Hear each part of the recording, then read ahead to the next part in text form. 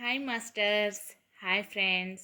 ముందుగా అందరికీ నా యొక్క హృదయపూర్వక నమస్కారాలు తెలియజేస్తున్నాను. స్వాధ్యాయం బుక్ రీడింగ్లో భాగంగా సుందరకాండ నుండి ఎంతో అద్భుతమైనటువంటి జ్ఞానాన్ని తీసుకుంటున్నాం కదా. సో మరి ఇంకా ఎంతో అద్భుతమైనటువంటి జ్ఞానాన్ని తీసుకోవటానికి చక్కగా ప్రయాణిద్దాం ముందుకి.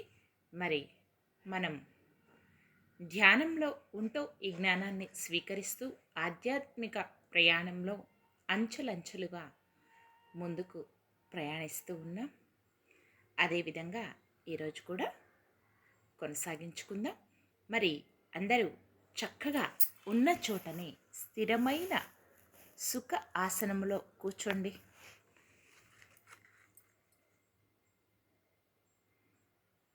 వేళ్ళల్లోకి వెళ్ళి పెట్టుకోండి. మీ రెండు కళ్ళను కూడా క్రాస్ చేసుకోండి. రెండు కళ్ళను క్లోజ్ చేసుకోండి. వెన్నుపూసని నిటారుగా ఉంచండి. స్థిరమైన సుఖ ఆసనంలో కూర్చోండి.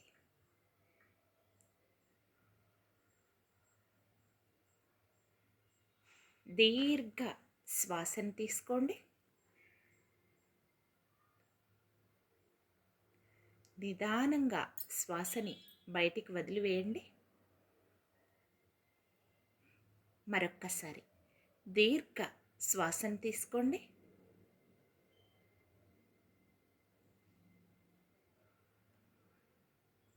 నిదానంగా శ్వాసని బయటికి వదిలివేయండి. ఇంకొకసారి దీర్ఘ శ్వాసను తీసుకోండి.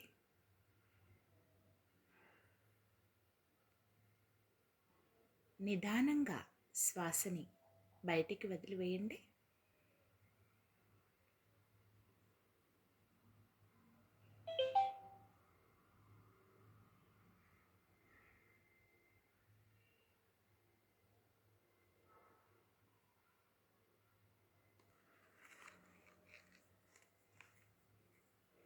మరొక్కసారి దీర్ఘ శ్వాసను తీసుకోండి. నిదానంగా శ్వాసని బయటికి వదిలివేయండి. ప్రశాంతమైన మనస్సుతో, ఏకాగ్రతతో సహజంగా జరిగేటటువంటి శ్వాసని గమనిస్తూ, శ్వాసతో అనుసంధానమవుతూ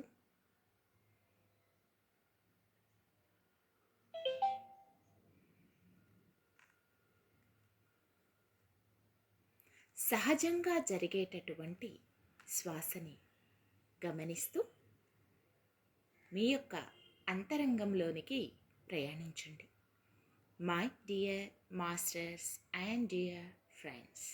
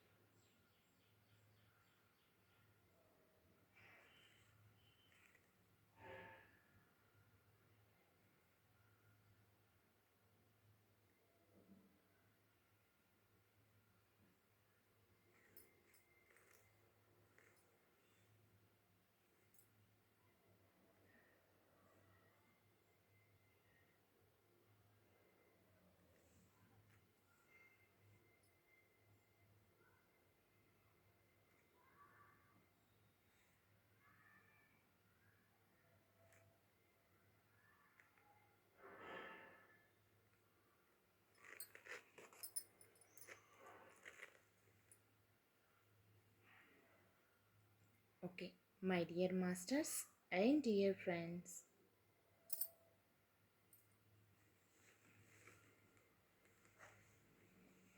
చక్కగా అందరూ ధ్యాన స్థితిలోనే ఉంటూ ఈ జ్ఞానాన్ని తీసుకోవాల్సిందిగా కోరుకుంటున్నాను.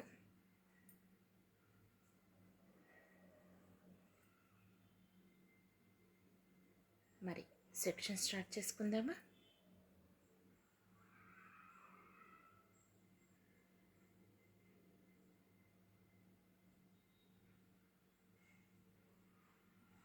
ఓకే, మై డియర్ మాస్టర్స్, ఓం అహం ఆంజనేయాయ నమః.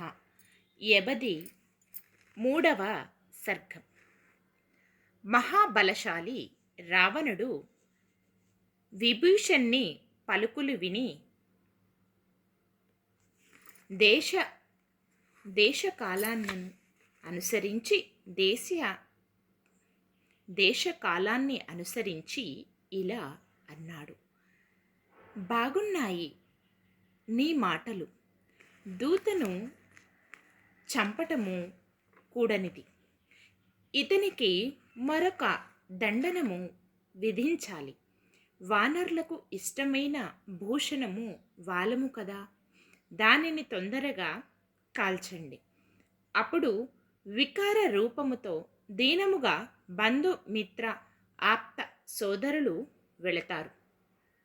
అలా ఆజ్ఞ చేసి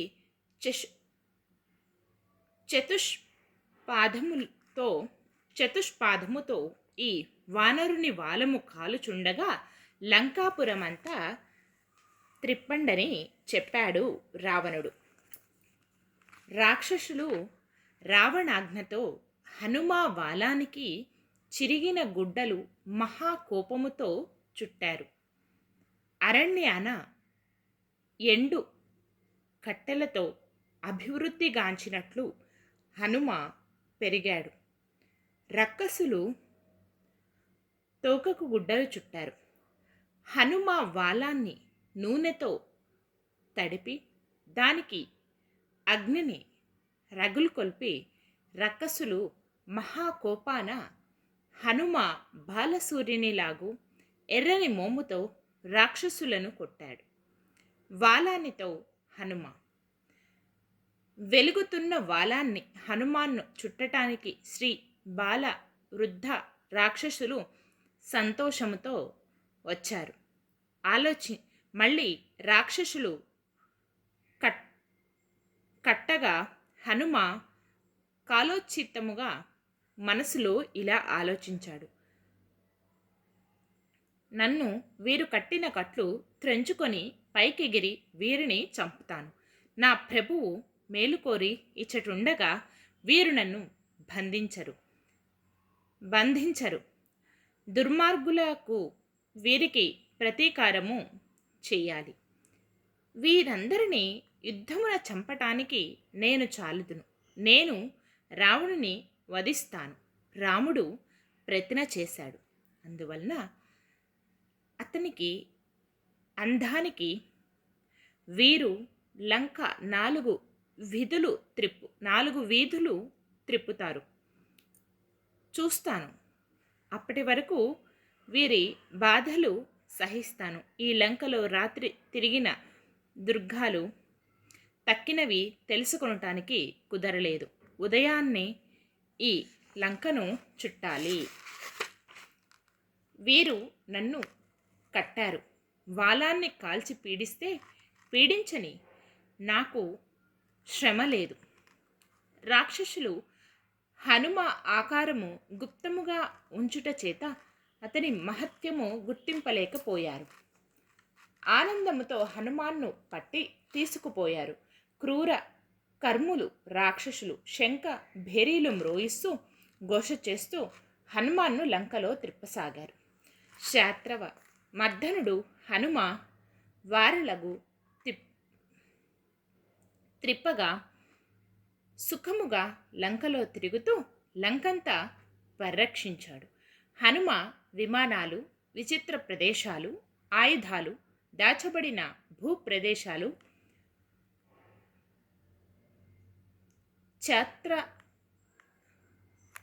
చత్వారాలను భూప్రదేశాలు చత్వారాలను చూశాడు. హనుమ రెండు ప్రక్కల గల గృహాలతోనున్న వీధులు, చతుష్పాదాలు, పెద్ద బాటలు, ఇరుకు గొందులు చూశాడు. చతుష్పాదాలు, రాజబాటలు, రాక్షసులు ఇతడు చారుడని అన్నారు. కాలుచున్న వాలముగల హనుమాన్ను చూడాలని శ్రీ బాలవృద్ధులు ఇళ్ల నుండి వచ్చి చూడసాగారు. హనుమ వాలము కాలగా చూసి వికృత నేత్రాలు సీతమ్మ వారికి ఈ విషయం చెప్పారు.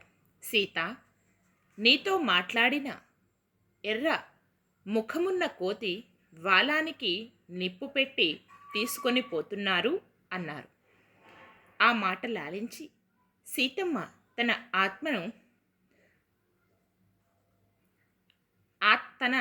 ఆత్మనే ఆవాహరించినట్లు శోక సంతృప్తై ఇలా అగ్నిదేవుని ప్రార్థించింది. ఎవరైనా కాలిన వారి క్రింది మహాగ్ని మంత్రాన్ని జపిస్తే కాలిన గాయాలు మంట లేకుండా తొందరగా మానిపోతాయి. అప్పుడు హనుమ శరీరము కాలకుండా ఉండాలని అగ్నిహోత్రుని హృదయపూర్వకముగా ఇలా జపించింది.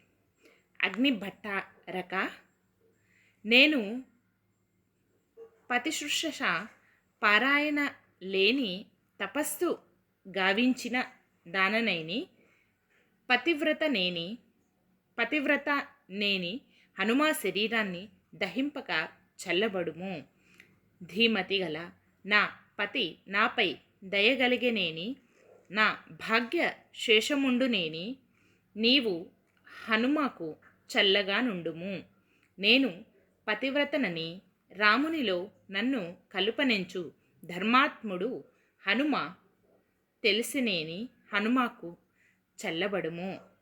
సుగ్రీవుడు సత్యసంగరుడేని, ఈ దుఃఖ సాగరము నుంచి తరింపనెంచినేని, హనుమకు చల్లబడుము. ఇలాగామె ప్రార్థింపగా మహాగ్నితో మండుచున్న హనుమ వాలము చల్లనాయెను. శుభము. హనుమకు తెలుపు గతి ప్రదక్షిణ జ్వాలతో అగ్ని చల్లబడెను. హనుమ వాలాగ్నితోనున్న వాయుదేవుడు మంచు వాయువులాగా సీతమ్మకు సుఖము గోచ్చ వీచింది. తన వాలము తగులబడి హనుమ ఇలా అనుకున్నాడు, ఇంత జ్వాలాగ్ని నన్ను కాల్చలేదేమి? ఇంతటి జ్వాల అయినా నన్నే మాత్రము కాల్చలేదు. చందనములాగా నా వాలము చల్లగానున్నది. ఇదంతా రామప్రభావము. సాగరాన్ని దాటినప్పుడు ఒక పర్వతము లేచి నాకు సహాయము చెయ్యాలనుకునుట రామప్రభావము కదా. సాగరునకు మేనాకునకు రామకార్యమున ఇంత కోరిక ఉండ అగ్ని ఎందుకు సహాయము చెయ్యడు? సీతమ్మ సౌశీల్యము, రాము తేజము, నా తండ్రి స్నేహము చేత అగ్ని దేవుడు నన్ను దహింపలేదు. కొంచెము సేపు ఆలోచించి పైకెగిరి సింహనాదము గావించాడు. శ్రీమాన్ హనుమ గిరి శిఖరము లాగున్నతమైన రాక్షసులు లేని పూరద్వారము కడకేగాడు. పర్వత రూపుడు హనుమ శరీరాన్ని కుంచించి కట్లు జారజేశాడు. శ్రీమాన్ హనుమ మరల మహాపర్వత రూపాన్ని దాల్చి పురద్వారము దగ్గరనున్న ఇనుప గుదియను చూశాడు. మహాబాహుడు హనుమ అచట కాస్తున్న రక్కసులను కొట్టాడు. యుద్ధాన ప్రచండ పరాక్రము గల హనుమ వారిని చంపి లంకనంతా చూస్తూ కాలుచున్న వాలాగ్ని జ్వాలలు మాలగానుండా కిరణాలతోనున్న సూర్యునిలా ప్రకాశించాడు హనుమ.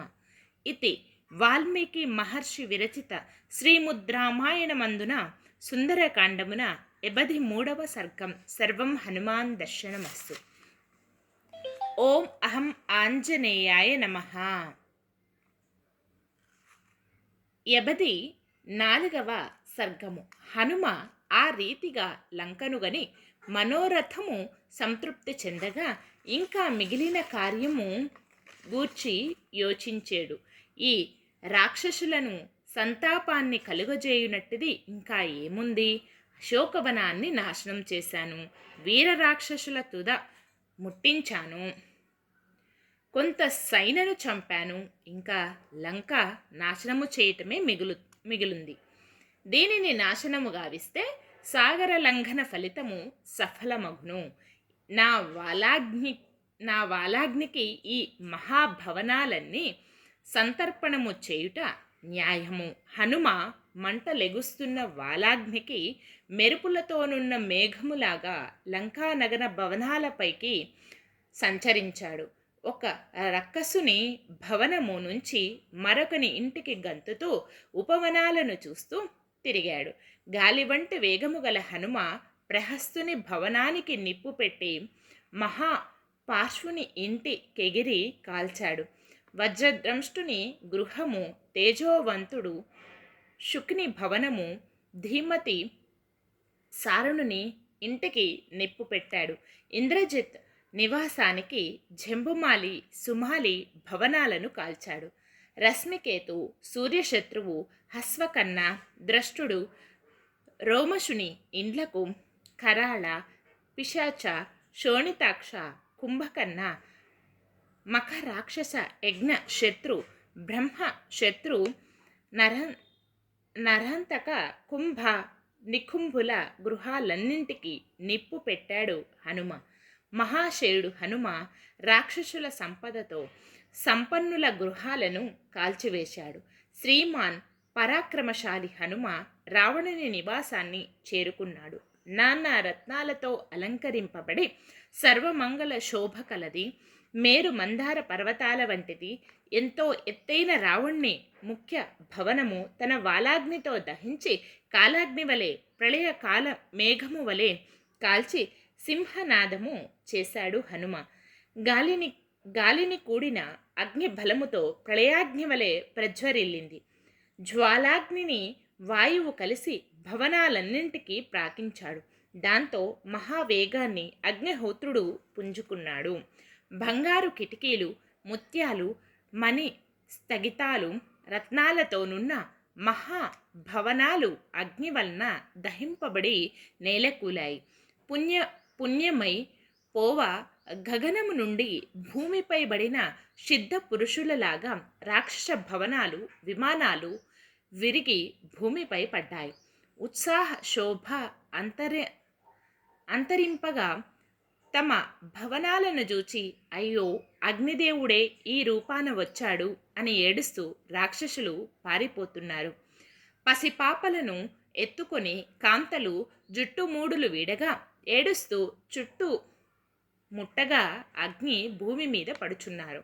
ఆ కాంతలు పడిపోవా గగనము నుండి నేలబడ్డ మెరుపు తీగల్లాగున్నారు. కాలిన ఆ భవనాల నుండి వజ్రాలు, పగడాలు, వైడూర్యాలు, ముత్యాలు, వెండి, బంగారాలు కరిగి ప్రవహింప హనుమ చూచాడు. కట్టెల గడ్డి వలన అగ్ని సంతోషించాడు. అలాగే హనుమ రక్కసుల చేత తృప్తి చెందలేదు. అగ్నిశిఖాలు అనేక వస్తువులను దహిస్తుండగా మోదుగా పువ్వులలాగా, బూరుగు పువ్వులలాగా, కుంకుమలాగా ప్రకాశించింది. వేగవంతుడు మహాత్ముడైన హనుమ రుద్రుని చేత త్రిపురాల్లాగా హనుమాచే లంకంతా కాల్చబడింది. లంకాపుర పర్వతాగ్రమున భయంకర పరాక్రమాగ్ని హనుమ అంటింపగా జ్వాలా మాలికతో విరాజిల్లింది.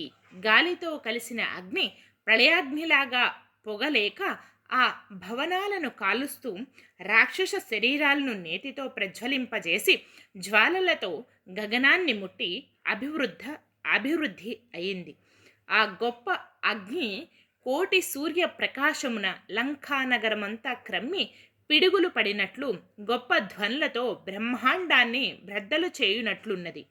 అంబరాని కంటే వృద్ధి పొంది రూక్షకాంతితో మోదుగు పూల వంటి రంగుతోనున్నది. తరువాత పొగ క్రమ్మి మేఘాలు నల్ల కలువల్లాగుంది.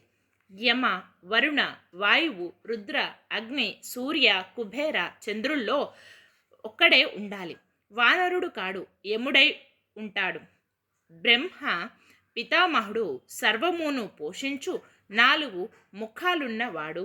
అతని కోపము రాక్షసులందరినీ సంహరించటానికి ఈ రూపున వచ్చిందేమో.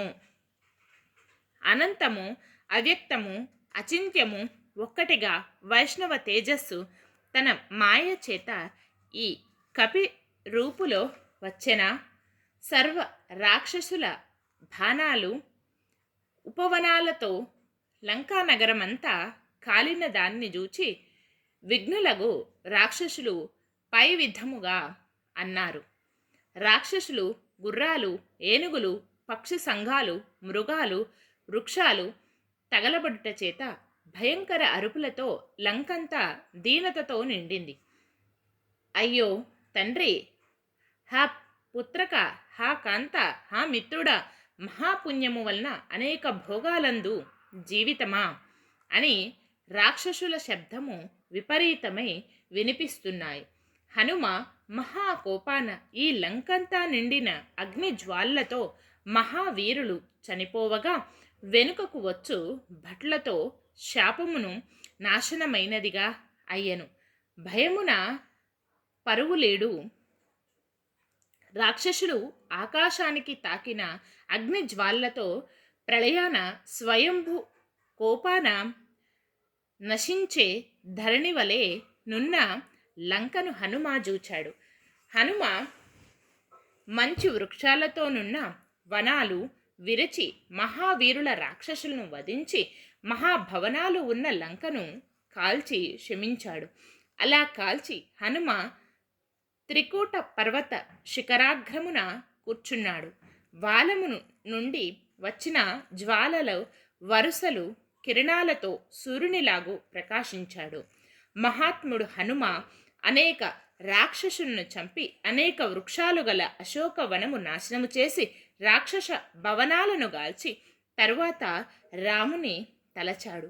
వానర వీర ముఖ్యుడు మహాబలుడు వాయువుతో సమానమగునుడు, సమాన గమనుడు మహామతి హనుమ వరిష్ఠుడిగా దేవతలు హనుమాన్ను స్తుతించారు. తేజోవంతుడు మహాకపి హనుమ అశోక వనము ధ్వంసము చేసి అనేక రాక్షసుల యుద్ధమున చంపి అందమైన లంకనంతా దహించి ఎంతో కాంతివంతుడయ్యాడు. దేవ, గంధర్వ, సిద్ధ మహర్షులు లంక అలా కాలటానికి ఆశ్చర్యమందారు. వానర శ్రేష్ఠుడు హనుమ మహాకపినిగని ప్రళయాగ్నిగా భావించి సకల భూతాలు భయమందాయి. సర్వదేవతలు, ముని పొంగవులు, గంధర్వ, విద్యాధార, నాగ, యక్షులు, భూతాల సమూహము ఈ విషయాన్ని తిలకించి ఎంతో ఆనందించారు. ఇది వాల్మీకి మహర్షి విరచిత శ్రీమద్ రామాయణమున గల సుందరకాండమున 84వ సర్గం. సర్వం హనుమాన్ దర్శనమస్తు. ఓం అహం ఆంజనేయాయ నమః. 85వ సర్గము. మహాబలుడగు హనుమ లంకా నగరమంతా దహించి తరువాత తన వాలాగ్నిని సాగరమున చల్లార్చుకున్నాడు. అగ్నిచే కాలి నశించి చేదురులైన భయపడు రాక్షసులతో నున్న లంకను చూచి హనుమ ఇలా అనుకున్నాడు. క్షణములో హనుమ భయమందాడు. తనను తానే నిందించుకున్నాడు. ఈ లంకను దహించి ఎంతటి కార్యాన్ని ఎంత కారాన్ని కార్యము చేశాను, ఎంత కారాని కార్యము చేశాను. అగ్నిని నీటితో చల్లార్చినట్లు తన కోపాగ్ని నెవరు చల్లార్చుకోగలరు? అటువంటి వారే ధన్యులు. కోపము విపరీతమైన పాపము చేయును. కోపి పెద్దలను కూడా చంపుతాడు.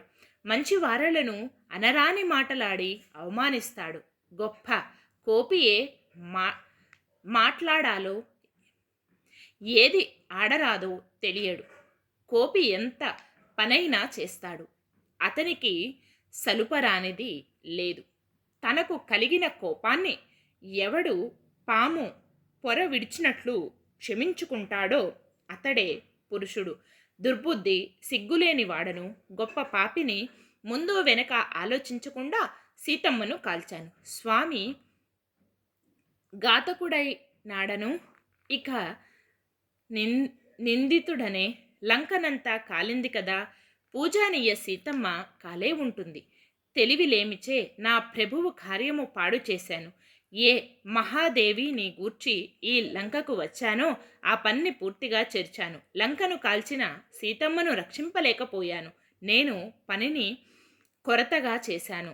సంశయము లేదు, ఈ మహా కార్యానికి మూలమగు సీతమ్మనే కాల్చాను. సీతమ్మ తప్పక కాలిపోయి ఉంటుంది.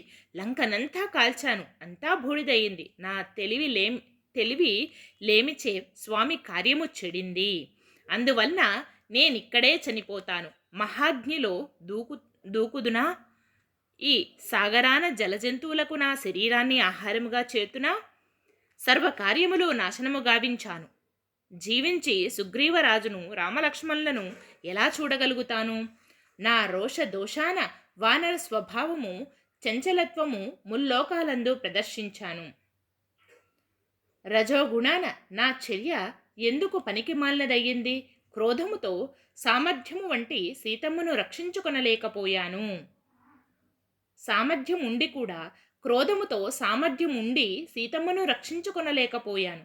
సీతమ్మ చనిపోతే రామలక్ష్మణులు జీవింపరు.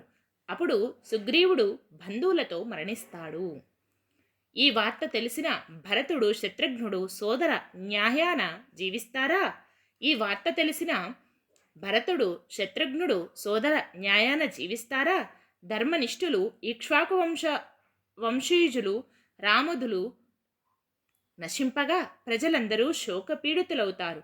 భాగ్యహీనుడను నేను ధర్మార్థ సంగ్రహము చేయక రోష దోషముతో లోక వినాశకారుడినయ్యాను. భాగ్యహీనుడను నేను ధర్మార్థ సంగ్రహము చెయ్యగా రోష దోషముతో లోక వినాశకుడను అయ్యాను. ఇలా హనుమ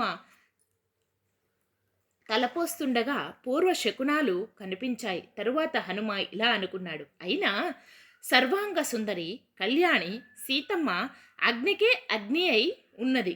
ధర్మాత్ముడు అమిత తేజుడు రాముని అర్ధాంగి గుప్తముగా చెయ్యబడిన చరిత్ర సీతమ్మ అగ్ని ఆమెను సృష్టిస్తుందా? దహించు శక్తిగల అగ్నిహోత్రుడు రామ ప్రభావమున సీతమ్మ సుకృతము చేత నన్ను దహింపలేదు. భరత లక్ష్మణ శత్రుఘ్నులు ముగ్గురు దేవతలా పూజించే సీతమ్మ రామ హృదయ నందకారి దహింపబడుతుందా? దహించు స్వభావమున్న అగ్ని సర్వత్రా వెలుగొందును, కానీ నా వాలాన్నే కాల్చలేనిది పూజానీయ సీతమ్మను కాలుస్తుందా? పూర్వ వృత్తము జ్ఞప్తికి తెచ్చుకొని మైనగరికి సాగర మధ్యమున కనిపించుట ఈ విషయంలో తలచి అబ్బురముతో ఇలా అనుకున్నాడు. సత్యవాక్కు తపోశక్తి భర్త ధనన్య భక్తి గల సీతమ్మయే అగ్నితో దహిస్తుంది. ఆమె నగ్ని కాల్చలేదు, అగ్నినే దహిస్తుంది. ఆమెను అగ్ని కాల్చలేదు.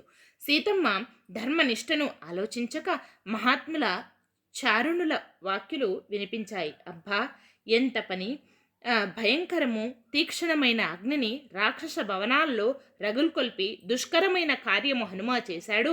పరువులెత్తు రాక్షసశ్రీ బాలవృద్ధ్యులు జనులు కోలాహల ధ్వనులతో గిరికందారుల ప్రతిధ్వనులు ఏడుపులు మేడలు మిద్దెలు ప్రాకారములు ద్వారాలు గల లంకా నగరమంతా కాలిపోయింది. కానీ సీతమ్మ మాత్రము కాలలేదు. ఎంత ఆశ్చర్యము! హనుమ శుభశకునాలను చూచి చారుణలు పలుకులు విని రామ ప్రభావము సీతమ్మ పాతివ్రత్య ధర్మమని సంతోషించాడు. హనుమ మనోరథము తీరగా సీతమ్మ బాగుందని మరణ దర్శనము చేసియే వెళ్ళాలనుకున్నాడు. ఇది వాల్మీకి మహర్షి విరచిత శ్రీమద్ రామాయణము ఎందలి 85వ సర్గం. సర్వం హనుమాన్ దర్శనమస్తు. ఓం అహం ఆంజనేయాయ నమః. Okay my dear friends and dear masters, మరి ఈరోజు మనం తీసుకున్నటువంటి ధ్యానం ఇదండి. మరి సెక్షన్ క్లోజ్ చేసుకునే ముందు ఆఖరి నిమిషం ధ్యానం.